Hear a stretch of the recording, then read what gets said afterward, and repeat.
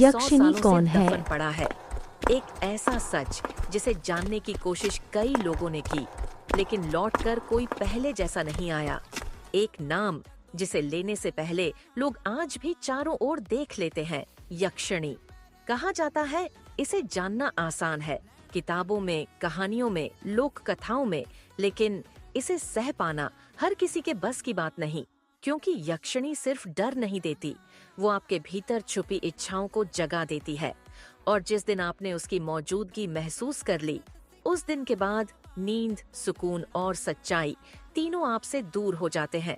आज हम उस नाम के पीछे छुपे सच को खोजेंगे, जो या तो आपकी सोच बदल देगा या आपको हमेशा के लिए खामोश कर देगा। तो सवाल ये है, क्या आप तैयार हैं यक्षिणी की कहानी सुनने के लिए, या डर आपको यहीं रोक देगा? ये है आरव, एक जर्नलिस्ट जो आम लोगों की तरह डर से पीछे नहीं हटता, बल्कि डर के भीतर सवाल ढूंढता है। जिस रात शहर सो जाता है, उसी रात आरव की फाइलें खुलती हैं। पुराने अखबार, पीली पड़ चुकी तस्वीरें और उन लोगों के नाम जो अचानक इस दुनिया से गायब हो गए। हर फाइल पर एक ही शब्द बार बार लिखा था, यक्षिणी। अगर यक्षिणी सिर्फ एक कहानी है, तो फिर इन फाइलों में इतनी मौतें क्यों दर्ज हैं?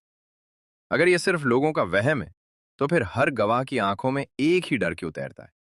और अगर ये सब झूठ है, तो फिर सवाल पूछने वाले एक एक करके खामोश क्यों? आरव जानता था ये केस उसकी जिंदगी का सबसे खतरनाक सच बनने वाला है, क्योंकि यक्षिणी उन्हें नहीं ढूंढती जो उस पर यकीन करते हैं, वो उन्हें चुनती है जो सच के बहुत करीब पहुंच जाते हैं।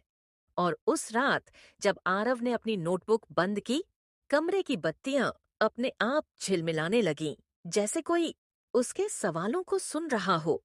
अगली सुबह है आरव, आपने सवाल की तलाश में एक मंदिर जा पहुंचा। बाबा, एक सवाल की तलाश कर रहा हूं, क्या मैं आपसे पूछ सकता हूं?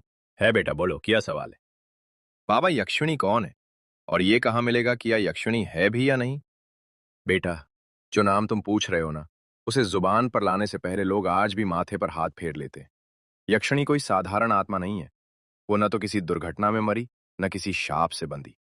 वो पैदा होती है उस पल जब इंसान अपनी सीमा भूल जाता है। वो इंसान की इच्छा से जन्म लेती है। जब चाहत जरूरत बन जाए और जरूरत लालच में बदल जाए, उसी अंधेरे में यक्षिणी की परछाई सांस लेती है। जिसने बिना सोचे समझे कुछ पाने की चाह रखी, जिसने अपने मन को काबू में नहीं रखा, वो उसका हो गया। तो क्या वो आज भी जिंदा है? जिंदा? बेटा, वो कभी मरी ही नहीं, क्योंकि मरने के लिए शरीर चाहिए, और यक्षिणी किसी शरीर में कैद नहीं रहती।